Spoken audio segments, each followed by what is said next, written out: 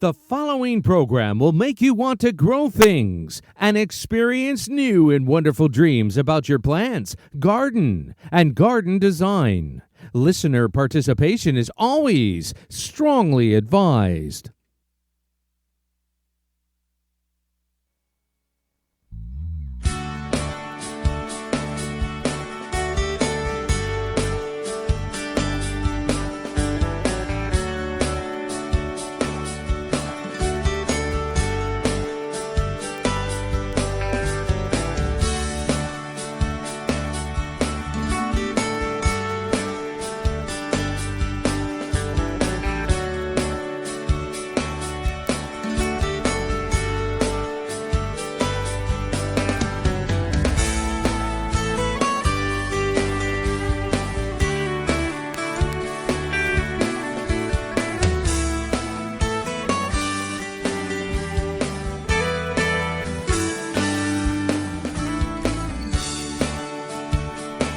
Good evening and welcome to Down the Garden Path with your hosts Joanne Shaw and Matthew Dressing right here on Reality Radio 101. To get on board, dial 905-725-1907. Toll free in North America, 1-866-905-7325. Worldwide, 1-866-656-5477. Send us an email right now. Our email address is instudio101@gmail.com. And now, right to your hosts of Down the Garden Path, Joanne Shaw and Matthew Dressing. Thank you, and welcome everyone to this episode of Down the Garden Path. We are here each week to discuss down-to-earth tips and advice for your plants, gardens, and landscapes. As landscape designers and gardeners, we think it is important and possible to have great gardens that are low maintenance, and we want to help you make it happen. I'm Joanne Shaw, landscape designer and owner of Down-to-Earth Landscape Design for the past 11 years. It is currently a design-only business here east of the GTA. With me is my co-host, Matthew Dressing. Welcome, Matthew. Oh, good evening, Joanne. Welcome, everyone. I am Matthew Dressing, horticulturist and landscape designer and owner of Natural Affinity Designs. Natural Affinity is a landscape design and garden maintenance firm servicing Toronto and the Eastern GTA. Joanne and I enjoy doing Down the Garden Path each week, bringing you interesting, relevant, and helpful topics to help you achieve a great garden. We learn right along with you, from each other, from our research, and from the guests that join us here on the show. As always, we welcome your questions via social media, emails, and phone calls. That's right. And we want to thank you, as always, for joining us here live on Down the Garden Path. And we want you to know that you can also follow us on your favorite podcast app, because the show will be released as a podcast a little bit later in the week. So you can check out past shows on your favorite podcast app, as well as this one, if you tune in a little late. So while you're there, please subscribe so you can be notified of new content. And please like and share or leave us a comment and tell your fellow gardening friends all about us. That's right. That's right. And as it is the very last Monday of the month. That's right. I know. It doesn't feel like it because it was like 16 degrees today. I know. And it's still beautiful. Like the fall colors. It's amazing. That's right. That's right. But it is. For our regular listeners, the last Monday of the month means what to do in the garden next month, right? That's right. Right. So tonight is November in the garden. So depending on where you are, you might have snow. You might not have snow. It might be balmy and beautiful like it is here. Right. So if you have any November in the garden questions, write us here at instudio101@gmail.com. You can always reach Joanne and I off the air as well. That's Joanne at down2earth.ca and Matthew at naturalaffinitydesigns.ca. Tonight, we're also, for the people who enter for our questions, we'd love to hear where you're writing from. That's right. Ask a question, and we do have a little giveave. One of our guests... our guests and our fellow podcaster, right? Fellow radio show hosts, Steve and his daughter Emma Biggs. Stephen Biggs, that's right. Stephen Biggs and Emma Biggs. We have a copy of their book, Grow Gardeners, Kid-Tested Gardening with Children, a 4-step approach. It is getting close to the Christmas season. That's it's a right. great little gift or stocking stuffer. It's packed filled with beautiful pictures and animations. Great to get the little ones into gardening and inspired for that little helping hand that you have. That's right. around. That's right. Or maybe you're a teacher or you have grandchildren. It's a great little giveaway. So we love getting your questions. So please send us your questions. Please let us know where you're writing. That's your little trick. The plan B of the entering is you have to tell us where you are listening from. It's a 2-part question. Two-part entry. That's right. And this tends to be the time of year. I know on the different Facebook groups we're in, that lots of people are asking lots of questions. Mm-hmm. Some are basic, some are complicated, that type of thing. So lots comes up. People want to. They put a lot of effort all summer into their gardens, and they want to know that they're finishing the season off properly. You got it. So lots of questions.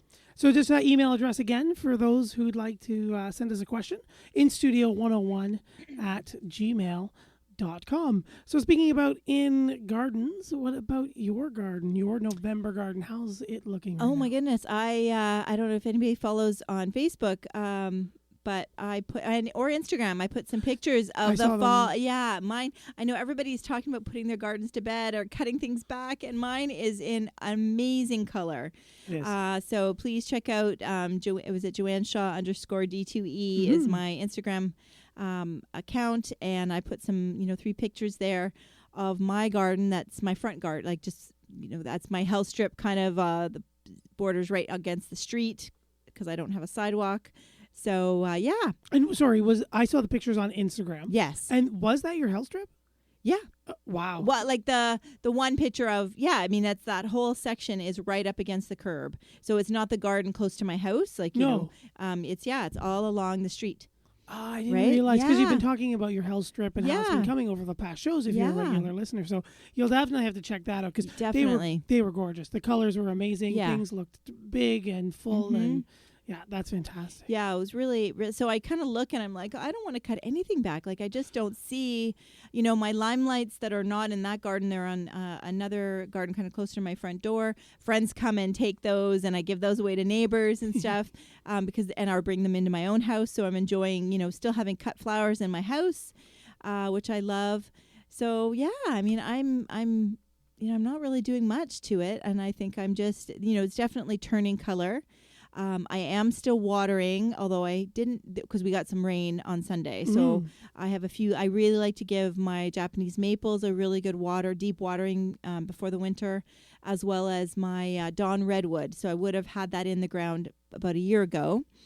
And it struggled this spring, and we got some deep root fertilizer on it, but I really want to give it a good amount of water. But we did get some rain, so I wasn't, and I was feeling under the weather on Sunday, so I did not get out there. But that's a goal of mine. So and that's kind of the first thing on our list. But how are things? Which we'll cut back to in a second. We will. What's happening at the garden center? Yeah, just much like you were just saying, people, what am I going to cut back? And on Facebook groups, a lot of things at the garden center still too. Still buying a few nursery shrubs here or there, deals, like right? But a lot of people winterizing. What do I do next? How do I do this? What do I need to protect? What don't I? And then, of course, Christmas is just full swing, which is crazy. So Christmas greens are going to be arriving in, can you believe it? Yeah, not this week, but next week. Okay. Thankfully, yes. But they will be out the first week in November, and I can't believe it's that time already. So, so just kind of we're in that in between thing, but there's still lots of good little things to go out and get. So for sure. Yeah. For sure. Excellent. We have a question, and Ben writes in, "Hi, Joanne and Matthew. Love your show." Thank you, Ben. And Ben says, "My question is it too late to plant bulbs?" And he lives in Burlington, Ontario. Thank you. Well, I sure hope not, Ben, because I didn't get mine done this weekend. I planned on it for Saturday because it was such a nice day. And I had one quick consultation to go over designs with the client, and it just took 2 hours. And by the time I got home, It was starting to get cool. They were starting to say the weather was going to turn, and I thought, no, I'll do it on Sunday, and then Sunday wasn't a great day either. So absolutely not, Ben. We've got time, right? Until the ground freezes. We still have to, poured, not that I recommend pouring water and softening the frozen ground to plant your bulbs, but yes. And I bought one of those augers. Oh, did you? I did, Gary. I went and bought one of those from Amazon. So we have it hooked. They work great. Yeah, so I can't wait. So it was like literally prime. I think my husband's really excited about it too. Add a power tool. It's like the barbecue, why they like to barbecue, because there's fire. And now there's like planting bulbs doesn't sound exciting, but planting bulbs with the drill, that sounds way more exciting. So I ordered. Ben, you might want to look into this. I ordered a little auger to attach to our drill, and I'm gonna just zip through those holes and plant my garlic. Because I still have to plant garlic. I meant to bring you some. I bought a whole, based on our talk from a few weeks ago about pollinator, I bought, because I've never planted crocuses before. Right. Yes. So I decided those were a great one. We had a past show, if you missed it, our listeners, on thinking about pollinators when you're planting your bulbs. So planting bulbs that bloom a little bit earlier for the pollinators, as well as ones that are a bit more open. So that the bees can get the pollen. So I bought a whole bunch of crocuses, and so I'm really looking forward to, and as well as my alliums that I didn't plant last year that I'm hoping will still live. So so hang in there, Ben. Hoping for this weekend. Let's go out there. Look, you still have time to order. Not that I have any stake in it, but if you check out those augers, I think that's a great idea. I was thinking about you and your alliums from last year this weekend. I know. And the other day while I was planting my garlic. I was like, Oh, did you get yours planted? Yes. Excellent. Excellent. In the container, right? And in the container. Okay. Yeah. So I've planted the varieties Russian Red, mm-hmm. Mohawk, and then Elephant. Ooh. Yeah. All in the same container? And all in the same container. Ooh. So I've used the Elephant kind of as a division. I've only got 3 cloves of those, but they're like half the size of your fist. Okay. So very cool. Yeah. So we're looking forward to that. Another writing question. Brian's writing in. It has been very wet here in Ottawa. Yes, we feel you. It was really wet this weekend. Is the rain continuing out that way, I wonder? But it is good is it good to rake your leaves when it is this wet outside? You definitely want to get the leaves off the lawn. You don't want them to get too wet and soggy and go through the winter. But I would stay off the lawn when the sod is and the soil is moist and squishy, because that can damage and compromise the root zones of the grass. So you don't want to make those, you go over the lawnmower and you can just feel it bumping around. Yeah. Because something's compressed it when it was moist, or you've watered it or something like that. Yeah. So, or I think if even the rake doing damage, like if the lawn is really damp and soggy, and then you're raking, you're probably gonna do if more. you're raking too hard for sure. Yeah, you could potentially do more damage. So I think it's easier. We know it's going to dry up. Yes. Right? So, and maybe they'll blow down to your neighbors in the meantime. Don't tell your neighbor I said that, though. But yeah, so if you can wait, Brian, just a little bit so the ground isn't as squishy, and it's going to be hit and miss as we get closer to winter. Mm-hmm. But if you get to the winter and there's so many on there, just do it. You can be fine. You can repair it by regular maintenance otherwise. Mm-hmm. For sure. We did, on Saturday morning, my son did... he mowed the lawn, like just mulched all the leaves that were on the lawn. So we didn't rake it was kind of like the first pass, and we were able to just mow the lawn and mulch all the leaves up. So that's another option. Yep. Maybe when they dry out a little bit more. Yeah, most certainly. Yeah, excellent. Oh, welcome back, Chuck. He has written in, and he's saying, hi, is it too early to put down the winter fertilizer? And he lives in Toronto. Thank you for writing in, Chuck. Matthew, is it No, we're kind of just at the beginning of that window, so you're just in time, that kind of end of October, beginning of November type of time. So we're perfectly fine to go out and put your winter fertilizer down. We might get it a little if the weather stays and we get a little bit more rain and it's still warm, like it's going to be 18 tomorrow with us, Chuck. If that kind of holds, it might dissolve a little bit more than normally, then it would take over into the spring. But other than that, no, you can definitely do it now. It's perfectly fine. Yeah, I mean, I think even waiting for next week, you can give it one more week. Yeah, you can give it one more week just to, anytime now. But yeah, for sure. Yeah. I would wait just one more week. I like to get it just kind of started and starting to soak in, and then I like it to freeze. But if we're going to get like 2 weeks of warm, beautiful weather, Yeah. you won't get the benefit that you're going to have in March and April when it thaws and we're not supposed to be out on the lawn. Right. Because it's very, very squishy and it doesn't dry out, Mm-hmm. but then it can still be fed. So, yeah. Okay. Excellent. Perfect. All right. So November in the garden, everyone. So keep the questions coming. We love them. Yes. So our biggest one, like I hinted to in my own yard, is keep watering. So even though we've had some rain, I know we did some contractors I work with, we did an install on Friday. The homeowner watered the plants in on Friday, and it rained on Sunday. And I was there today, and they still were there, close to the plants. It still wasn't really that wet, and so even the homeowner was like, "But I watered them, and then it rained." And I said, "I know, but you really need to water deeply, and there needs to be." Especially if they were planted this year, but even more so things like, your evergreens and Japanese maples, things that are a little bit more, sensitive, let's say, right? They need lots of water in the ground as a reserve for when the ground freezes. And that way when there's that slight freeze and thaws, the water can be drawn up, right?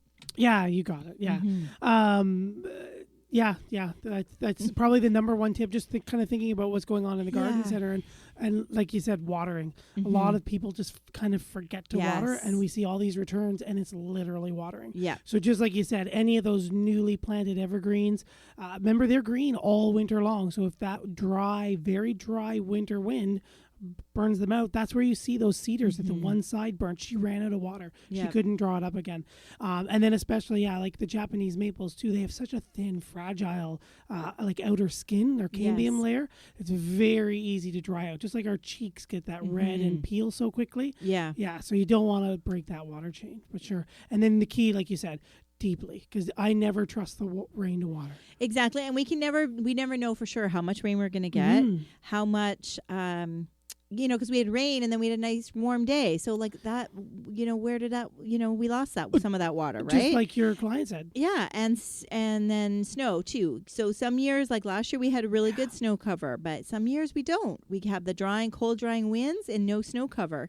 So again, where is that moisture? So, if you've got things, especially things that you spend more money on, the perennials will be fine. It's the trees, it's the evergreens, it's the ornamental plants like the standards and Japanese maples for sure. You got it. Yeah. You got it. So keep watering. Mm-hmm. Another question rolls in. Fret writes in, "Hi, Joanne. Good point regarding mowing your leaves. This is what I prefer to do. Is that okay if I continually do that instead of raking? And I live in NYC, New York. Yeah, I think so. Yeah. And again, just as long as they're fine enough. You don't want big chunks and then they just kind of stick together and they start to smother some of the crowns. But yeah, as long as Fred, as you're like shredding them into just tiny, tiny pieces, yep, you can definitely get that going in there and just let them break down and do their thing. That's right. And if they are some that are bigger chunks, then those can be raked into the garden and let to be mulch and let them decompose over the winter and they'll be gone by spring kind of thing. So yeah. There's nothing more nutrient dense than a fallen leaf, and it is the most absolutely beautiful, rich mulch that you could ask for. Yeah, I mean nobody's raking the leaves in the forest, right, or in the natural parks and things like that, and those trees are doing great. So, yeah. That's it. When in doubt. When in doubt. That's right. So thank you, Fred, for your question. Thank you, Ben, Brian, and Chuck as well. All four of you have been entered into our draw this evening. Just again, we have, if you're just joining us, we're talking November in the Garden, and we've got a copy of Emma and Stephen Biggs' books. They're fellow podcasters here on realityradio101.com. Grow Gardeners, the kid-tested gardening with children, a 4-step approach. Makes a great Christmas gift. I loved your idea about a resource in the classroom. That's right. That's a fantastic idea. So definitely, everyone who writes in a question, ask a question and let us know where you are. We always love to hear where you guys are listening from. And answering those two things or providing those two things gets you entered. So thank you guys. All right. So aside from water, leaves, and, if you did want to do any other type of prep, the next thing we would probably talk about would be now's the time to add compost or top up your mulch for the winter. Because that's easier to do now than it is in the spring, don't you find? Yeah, a lot of people like to wait, and you may as well get it done now. You can kind of remember where everything is. A nice layer of nice fresh compost or something to compost starts that nice cycle growing, so you get some extra time out of it. Any of that new rain, the fall rains that come in by topping up your mulch, you're going to keep it in the ground again. Remember, we want to keep things moist, so there's lots of benefits. Also, I mean, there are a lot of overwintering insects, beneficial insects that are looking for nice new disturbed soil or chunks of mulch and leaves to hide in, to take over and winter over in our gardens. That's right. I do want to highlight one of the things you just said there was do it now because you know where everything is. So the key there is so lots of things we're telling you what to do in the garden. We're going to tell you what not to do, and that is cut things back. So the reason you're going to put your mulch down now, one of the benefits is, yes, you will know where all your plants are because you're not cutting things back. There's no more need to cut and put things to bed. And we want to leave the stems out for the beneficial insects, your ornamental grasses up for the birds to eat off of, your seed heads for the birds to eat from. That type of thing. So that is, kind of a new trend that's happening. And I know it goes against so many people that really like that neat and tidy look. I was at a client on Friday and we were inside and she was telling me how amazing her autumn joy sedums were this year. She just couldn't get over. She goes, I can't wait to show you outside, how great they look. Well, we go outside and her husband had cut them all back. Oh. And I'm like, yeah, but what? So you had something that was green all year and it turns beautiful color in October and now you cut them back. Yeah. So that's just one of the reasons. And we were talking earlier about my garden, how it's all in just amazing color. And really there's no need for me to cut anything back. The hydrangeas will over winter and they'll still provide some winter interest. The stems from a lot of your trees, your evergreens, the echinacea, looks interesting with snow on them. Oh, yeah. I can see the birds have demolished a lot of them right now already. So it's really been exciting. And I noticed even from my barberry, I can't get over the amount of birds. I'll walk by and all the birds leave the barberry. But those they get tiny, tiny little berries that are very inconspicuous. You don't even know them. You certainly don't plant them for those. But the birds love them. Just devour them. So I just want everybody to think outside the box there and, be at ease with just leaving the garden be and think of all the reasons why we should leave it be. You got it. Well said. For the bees, too. Yeah. Right? For everybody. Exactly. Yes, well said. Okay, on my little lecture. So well said, my little I lost lecture. my I know, spot. exactly. Yes, so what else were you going to say? I was just going to say, just as my thought was broken, Jason writes in. Yeah, there you go. Jason, you saved the day. So Jason writes in, hi, Matthew and Joanne. Longtime listener from Las Vegas, Nevada. Thank you. That's amazing. No questions for you at this time. Just listening to your great advice. Thank you very much. Well, thank you very much, Jason. Yeah, thank you for listening. Thank you for tuning in. You do make us envious when you write in from Las Vegas, and we just know how lovely and warm it is there. I have a question for Jason, actually. Oh, okay. If you don't have a question for us. No. Yeah, what's your question for Jason? Well, so I have a mutual friend where I work, Larry. Right. And his son lives in Las Vegas as well. Oh, okay. But he has artificial turf as their backyard. So I'm just wondering, Jason, do you also have artificial turf, or do you have a big garden, or? Oh, okay. Or is it a a thing? Yeah, and is it a thing down there versus actual lawn or other substitutes for your space? All right, Jason. If you're up to answering the question, we'd love to hear from you again, That's right. Jason. We would for sure. As far as I'm trying to think, what else do we need to know about November in the garden? So, cleaning up the leaves off the lawn by, again, shredding them and putting them in the garden for mulch is a good thing. Leaving the leaves that fall from our perennials and our shrubs. But the exception there, of course, is anything that is diseased. Yes, exactly. Right? So if your peony is covered in powdery mildew like mine is, you need to go in and clean it up and get rid of, throw those leaves out into the garbage. If you do have weeds in your garden or weeds, in your lawn, get rid of those. Yeah. Right? Yeah, you got it. Yeah. As much as we want to leave everything, if it's definitely diseased, they will overwinter like the beneficials will, and That's right. they will attack. So just kind of, that kind of cleanliness. And then I was just thinking too about when you were saying the overwintering and everything and cutting things back. I've noticed here we've kind of have I was going to say inconsistent winter or snow cover Right. nowadays, right? So that extra little leaf debris that we're using to overwinter also acts as a mulch like the snow would to kind of keep things protected as well. Perfect. So, Perfect. Oh, thank you, Jason. oh, Jason writes back, yeah. Artificial turf is big, and he's got that all in caps here. Is big here. I don't have it, but it is the norm due to the low rain all year long. Oh, that's awesome. Thank you very much.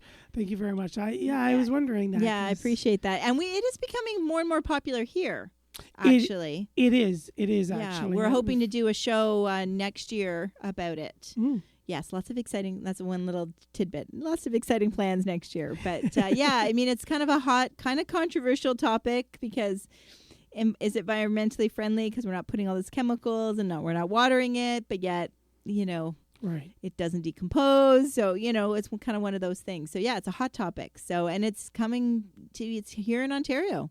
And it's looking good too. Oh, it is. Yeah. And it's very convincing from afar. So you really wouldn't know until you're right up on top of it.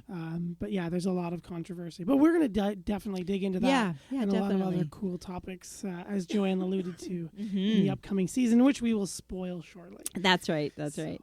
Another thing to do in November in the garden, just while we're talking about plants and things like that, deciduous trees, transplanting some of the deciduous trees and shrubs. So we are in the end of October, beginning of November.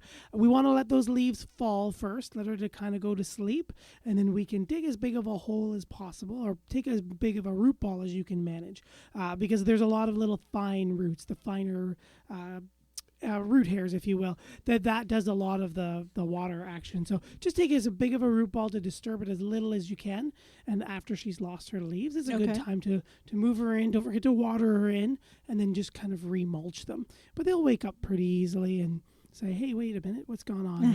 I'm over here now. And reward you again. That's good. That's good. So, yes, because sometimes you have that, shrub where you're like, it got too big and now it's too close to this and too close to the walkway or too close to the front door and you want to move it. So, yeah, so it's still not too late for that. That's great news. That's right. What else? So we were talking before, too. I'm going to say, was it Brian was asking about bulbs? Right. So, yes, just to go over if you're just joining us. No, you can definitely, you've got lots and lots of time to still do your bulbs. Christmas Eve. No, just kidding. Maybe. Done it. Been there. I was going to say, I've been there in January, the first week of January. It hadn't quite frozen. We're like, yes, get out there. Plant those bulbs. So definitely you can do the planting the bulbs. And don't forget to think about your bulbs as pollinators, early spring pollinators. Yes. Right? And we did a recent show with Peggy Ann. That's right. From the Garden Media Group. And she did a great show on flowerbulbs.com. Yes, right? thank you. Yes. Flowerbulbs.com. Yeah, so it was really, really informative to think about that because we think about them for spring color and kind of, something to curb appeal, all those things, but really thinking of bulbs as something for the bees. Yeah. Right? That's one of the early food sources for the pollinators. And so that'll help you choose which types to do, both in variety, like the early crocuses and snowdrops, or also the ones that are more of an open, because then we want to do early tulips, but they're nice full kind of beautiful parrot double tulips, but those ones the bees can't really get into. So so just having a mix. And didn't she tell us a story too about how, was it bumblebees, or there's a species of bee that will go into like the crocus and curl up and just kind of be there while it closes overnight and wake up again? Yes. And that's so cute. That is really cool. So definitely check out that podcast from a few weeks ago on your favorite podcast app, and let us know what kind of bulbs you are thinking of planting this year. That's right. Also, speaking of bulbs, it is time, if you haven't already, depending on where you are in the world, our non-hardy bulbs, our cannas, our callas, our glads, our dahlias, as they start to yellow back and really take the cold, cooling temperatures. Again, depending on where you are, it's time to lift and protect those bulbs. So that's one of the things I have to do out on my balcony. Okay. I have the canna lily Cleopatra, so it's like a 6-footer, and it's got massive burgundy stripes through the leaves. It's all random marbled, and then it gets yellow and red flowers that are also just as mixed as the leaves. Okay. Grew like a weed, so I have to take that out of my pot, and what I'm going to do is cut it back as she yellows, and I'm going to let her air dry for 2 days in the house, wash her off, and then I'm going to let her air dry, and then I'm going to keep her somewhere where it's cool. Just my spare bedroom, we don't heat it, so I'm going to keep it cool and dry and keep it in some shredded paper and just some baking soda or powder just to kind of absorb any weird moisture that might try to soak in or seep in there. So, yeah, so that's the time to do that as well. And then we can keep an eye on them. You can plant them up again inside, usually end of February, most of March, as they start to grow again. And that's how you get that early flowering, like those dahlias that just go for days, right? If you start them in March, you're going to put them out in May after 2 months of vegetative growth, and you're going to start to see flowers a lot earlier. So. Oh, very good. Very good. And we'll talk about that next year. Yes, when it's time to put them out. But definitely it's a good thing to try. You know, it's something neat to try, having that type of plant in your garden. Yeah. You got it exactly. And your houseplant should be already in because it's gotten so cool. I know I brought my Dipladenia in, so I'm hoping to see if I can overwinter it. They both did. I have one at my house and I have one at my mother-in-law's because she's much more sun. So I'm going to see, who does better. But so far it's dropped leaves, but it's also creating lots of new stems. So nice. Yeah, so it's going to be interesting to see how it does. She's a little shocked, it sounds like, but she's happy because tendrils are forming. New tendrils are definitely forming, so I'm excited about that. So that's my big experiment, so I can teach others.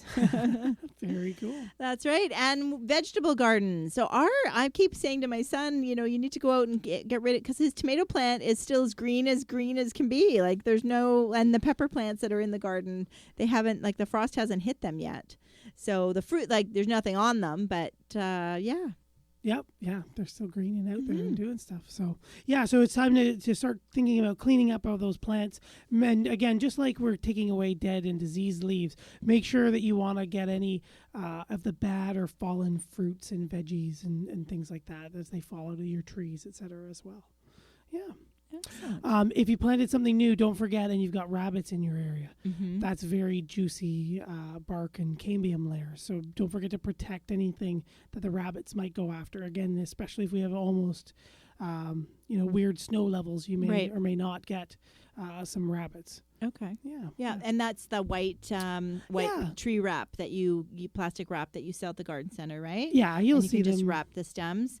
And if you have burning bushes and you're wondering what happens to your burning bush every winter, then it's the rabbits, which is like the caviar. Burning bush team to be like the caviar for rabbits. They will eat them. They'll climb the snow and kind of eat them all the way down, because people don't think, because they're like, my bush was so big, there's no way that was a rabbit. But yeah, when the snow is higher and they're up there, then they just keep eating as the snow melts. So that's it, and they get hungry. Yeah. So I often get that clients ask me for a burning bush, and because they want them in their garden, and then my first question is always, but do you have rabbits? And usually if they have rabbits, I say, well, only if you're prepared to like put up a snow fence around them, that type of thing. But yeah. So and speaking of fences and protecting, I think of it's still a little soon, because we do want to, I was thinking of Japanese maples.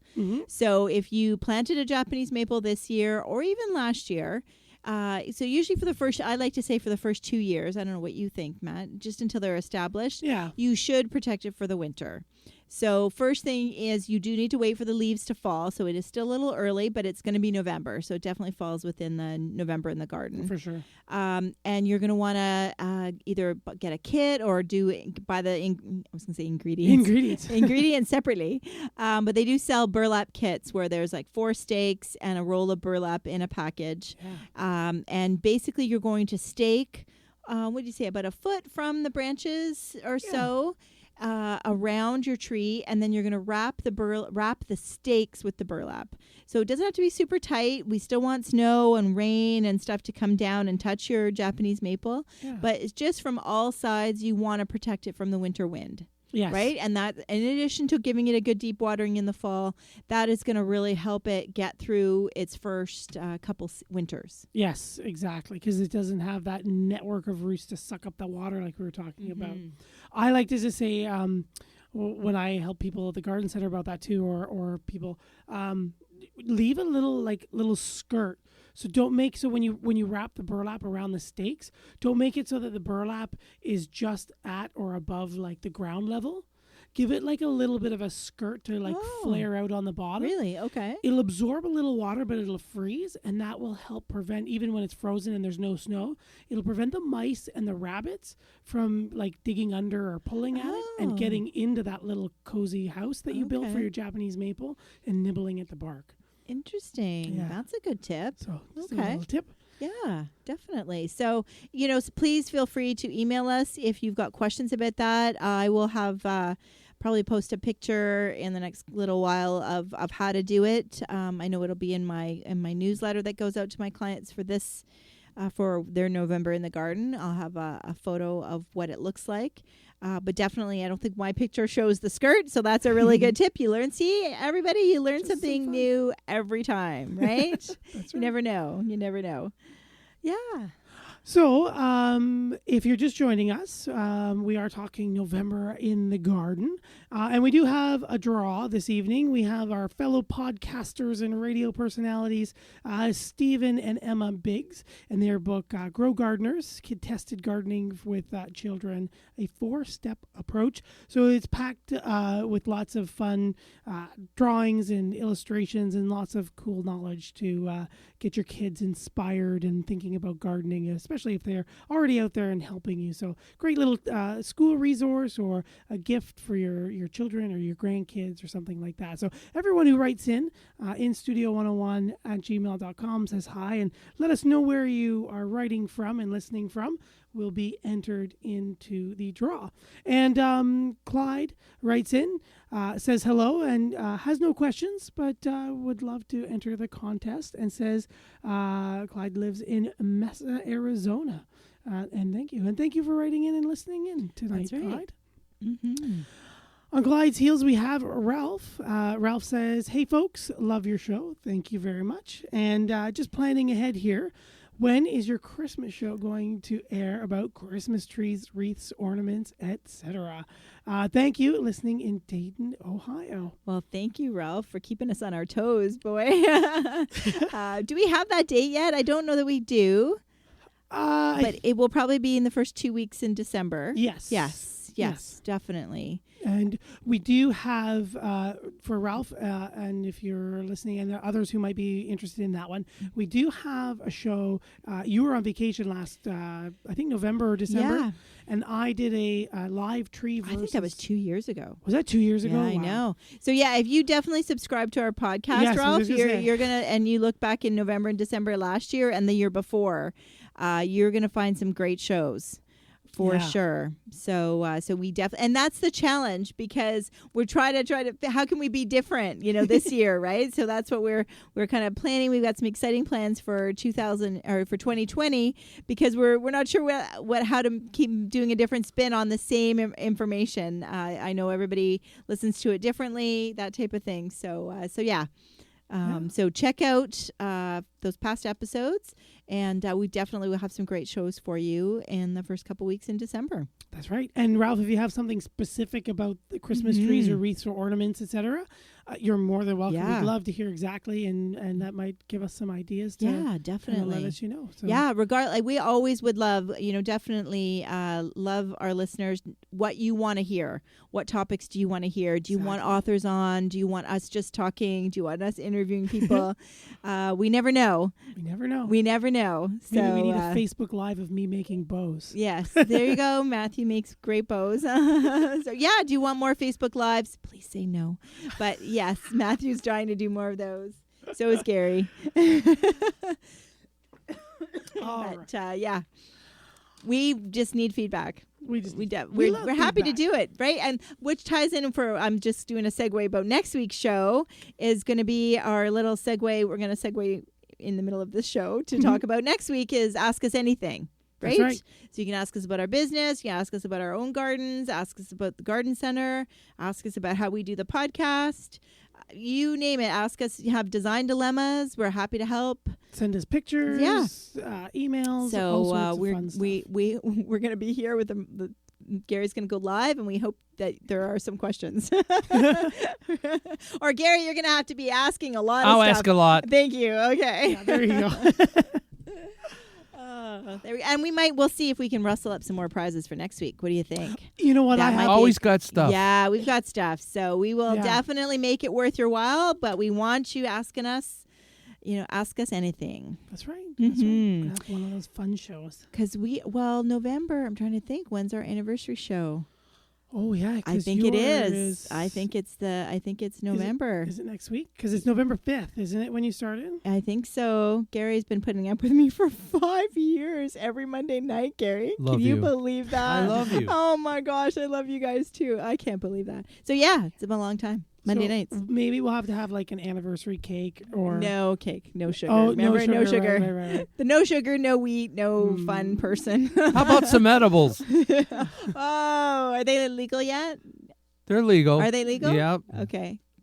Anyway, here in Canada. Here in Canada. So as we reach the last 15 Oh my goodness. minutes of the show, Yes, there's lots more to talk about. what should we talk about? Well, next? I think definitely lawns. We did already have a question about lawns, the fertilizer. I have a question, what about corn gluten? Is it too late? No. and Okay. Corn gluten, and as I grab names, I think it was Ben who wrote in and asking about the fall fertilizer. No, or Ben was Ben Bulbs. Brian Bulbs? I don't know. I think It's it was okay. Ben was lawn. But sorry, Ben and Brian, if I mixed you up. But yes, like the winter fertilizer, you can put corn gluten down as well, and it tends to have a cumulative effect. Mhm. If you've tried in the past and it didn't work for you, don't give up. Right. Right? You need to do it now. You need to do it in the spring. You need to do it for a couple of seasons. You got it. And Yeah. that corn protein builds up, and it has that 5 to 6 week, just like the winter fertilizer. It's going to start to dissolve and freeze, and you're going to put more on, and you're going to, basically double shot it. And it does work quite well. Okay. Just note, though, out there, it says weed and feed on a lot of the packages. Really? Yeah, and it's In Ontario, in Canada. in Canada at least. In our garden center too, we have 2, and one of them says weed and feed, and they're trying to pick up on in Canada because in the States you actually still have weed and feed, Yes. right? With the old school chemicals that kill the weeds, live or dead, whatever, live or seed, And in your are lawn. slowly killing you. But yeah, unfortunately. So, but I hear that even though it's not banned yet in a lot of U.S. states, that different municipalities and different Yeah. communities are trying to go more green. So Yes. So that is good. don't be fooled with the weed and feed. That's not how it works anymore in Canada, at least. And it does not kill established weeds. It only suppresses and kills weed seeds For next year. for next year. Anything that's grown at any time of year when that corn gluten has an effect on it, Mm-hmm. it'll wipe it out. Mhm. It'll stop it. So I like to recommend, maybe you have a small space and you've thought about it, but it's way too much. Put down half of it now, half of it later, or put down half of it in the spring and keep the other half when perhaps you're being water conscious and you don't water as much, or you let your lawn go dormant, or you go away for 4 weeks. Right. Put down your corn gluten and water it in the week before you go, and it's there that as the weeds take advantage of the hot, dry, crappy weather, Yeah. the corn gluten will take them out. Excellent. affect Especially, and that works because I think of when the crabgrass, which is the bane of everybody's existence, and one of the most dandelions don't bug me as much as crabgrass just bugs me. No. So, and those are once those go to seed, they're really tough. Yeah, one plant You mow can your make grass. so Yeah, many. you mow your grass. So when you go and cut your grass, you're now spreading the seeds everywhere. So it's truly tricky. So definitely good to hear that we can still apply corn gluten. Yeah. And the winter fertilizer, I think Ben was saying that it's still definitely time. Watch the Too Many Leaves. We were talking about that earlier as well. I think maybe that was Chuck. No, or Brian. I don't know. Give up. Who knows? Give up. I give Yeah. up. I'm sorry, guys. What's the question? Tag it No, out. it's okay. Who are you looking for? I don't know. I I was can just go trying back. to remember. Okay. He's just trying to show off that he has a really good memory Oh. and not so Well, much. you see, you have all that paper there and everything. That's what you take notes for. That's right. That's right. That's Anyways, okay. but yes, Thank you don't, for writing in, everybody. you don't want to have too many leaves going through the winter all matted on your lawn. Right. So you can leave them down as long as they're nice and clean as mulch and shred them and use them in your garden. But you Blow don't them wanna- into the garden. Yeah. Right. Take them off the lawn. Right. Because you're smothering one plant. It's Yeah. like covering a whole other plant. Yes. Yeah. Yes, for sure. Do you ever, if there's people that have more property, can you rake them into, like, you see people breaking them into a corner or raking them into an area of the lawn, or maybe into the garden, let's say, where the grass isn't underneath it, and just leaving them over winter and letting them kind of like have its own compost pile? Yeah. Oh, yeah. Do you think that's, Yeah. Yeah, because it's just Mother Nature does the same thing. Right. Yeah, for sure. Right. Yeah, and then that was the thing is depending on how big the pile is and where it is, you get that compost thing happening. And big piles, depending on where it is, you might draw in some things as long as it's kind of leaf litter. Yeah. But yeah. Yeah, especially more effective in a backyard. Like I think in the front yard, they would end up just being blown right to your neighbors or Yes, something and like then that. they'd be like calling the city on you. What Yeah, the heck is that? They're not cleaning definitely. up. But Yeah. most certainly blow them into underneath. The evergreen trees is always a weird spot to people like to mulch and everything. Yeah. But that would be a nice uniform compost and refeed everything. Yeah, definitely. Under people always ask us what to plant under those pines or spruces, where they can't grow anything. But definitely pile your leaves there. Let that decompose. Speed up some of those needles too, because they That's can right. take a while to break down. That's a great place to hide your leaves. So here in Ontario, we're having to bag our leaves and have them taken away on the curb. So if you don't want to go through all that work, then there's a couple ways you can hide it. You know what they do where a lot of my family lives in down in the States? I do, because that's where Matthew went to school. I think that's brilliant. Where they rake them to the curb. Mm-hmm. And then a vacuum truck. Everybody rakes them to the curb. Just to the curb, and a vacuum truck comes by and sucks them all up. Then they mulch them, and then they make these piles of mulch at the town halls and the rec town centers, like rec little community centers, places. and people go and they can bring their own bushel baskets and stuff and shovel it up, all the mulch and everything. Yeah, and it's free. But it's amazing to watch these vacuum trucks. I So know. you have tons and tons and tons of leaf right at the curb, or even at the curb at the street level. And this truck comes by, and it's about a 1.5 to 2 foot wide hose on this truck. And the guy goes, whoa, and it just goes along, and the truck moves, and it sucks them all up, and it mulches them. Yeah. Then they dump them at these highway departments and stuff. Tons of these mounds of things. These mounds could be 20 feet high. And people just go there, and they just fill their cars and their bushel baskets and their pickup trucks, and it's all free mulch. That's what they do. Yeah. There's no black bags. There's no paper bags. Nothing. No, yeah.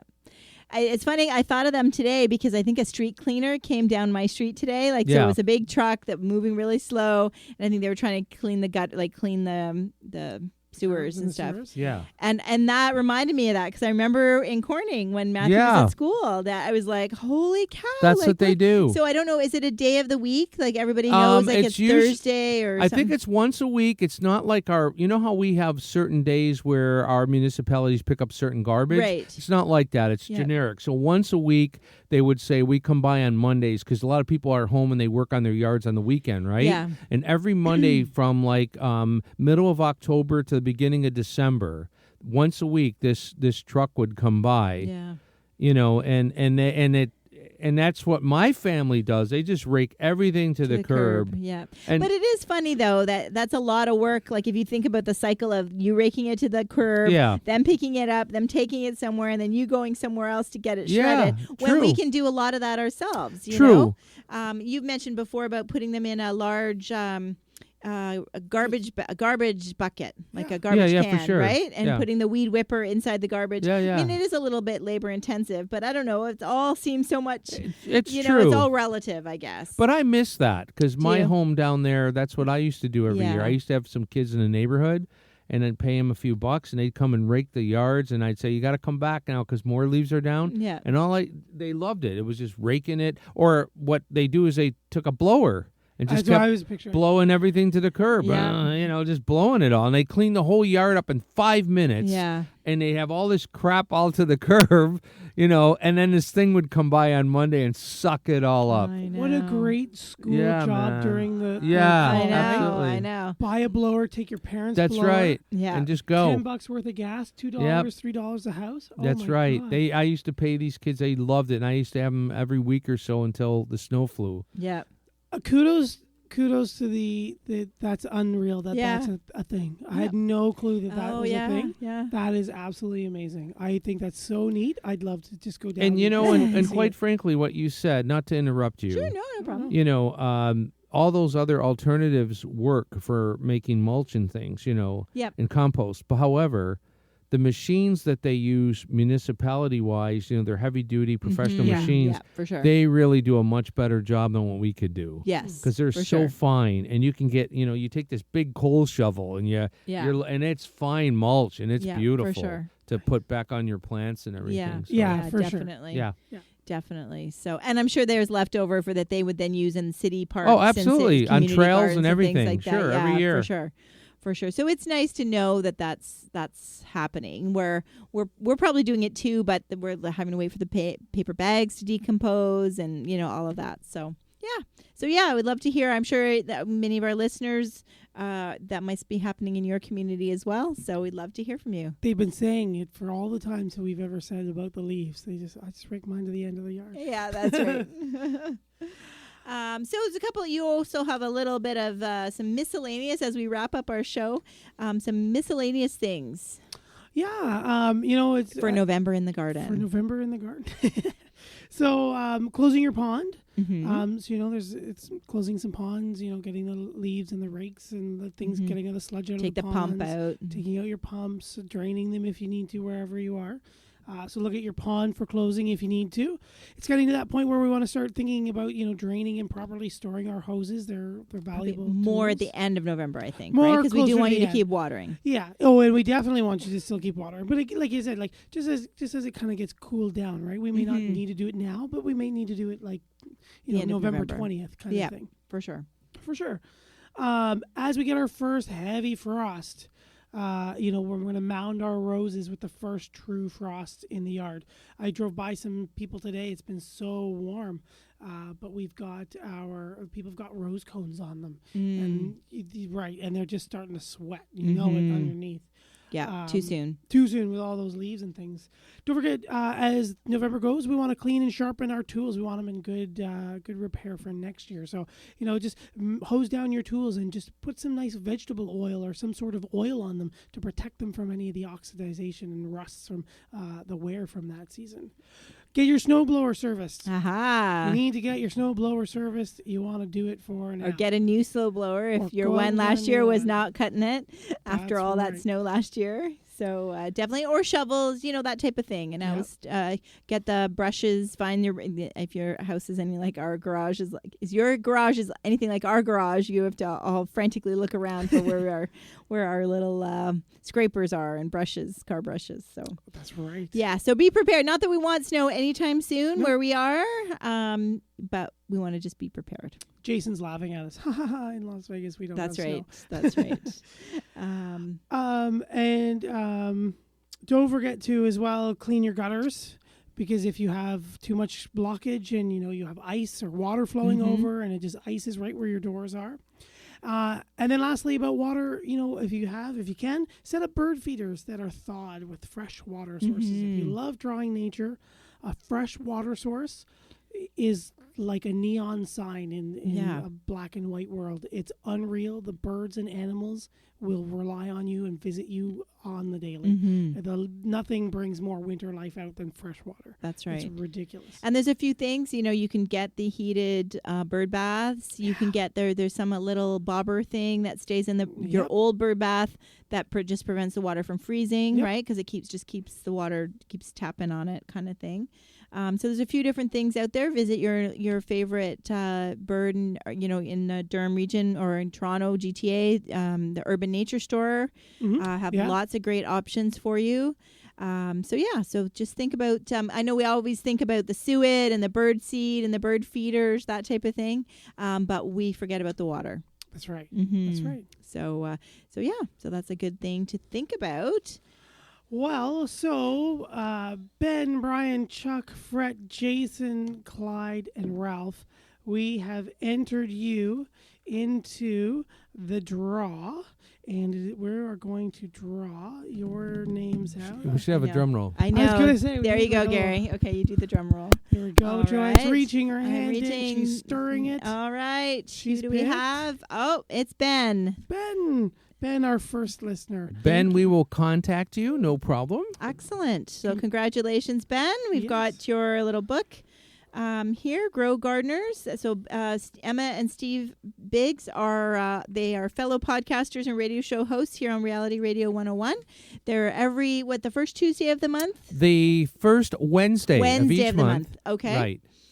So you can catch them, but if you also Google Stephen Biggs, you can listen to their past shows too. So it's great. It's going to be a great gift. Yeah, and you know what? If you missed out, I believe you can get the book at growgardeners.com. Okay. So you can check out them and see if you can get a copy of your own. That's right. And so as we wrap up the show, we hope everybody enjoyed November in the Garden.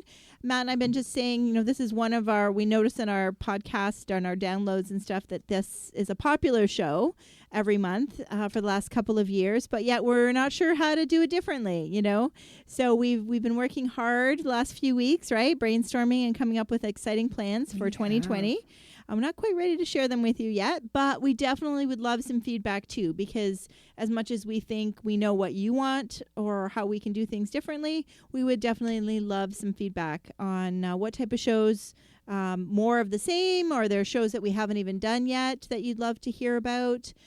Do you prefer when we have guests? Do you prefer when it's just Matt and I? Yeah. And so we definitely would love to hear. I think that'll help us for next year as well. Don't you agree? Exactly. We love doing it. We love putting it together for you, and we enjoy that you enjoy it, and we just want to help keep you enjoying it every week. That's right.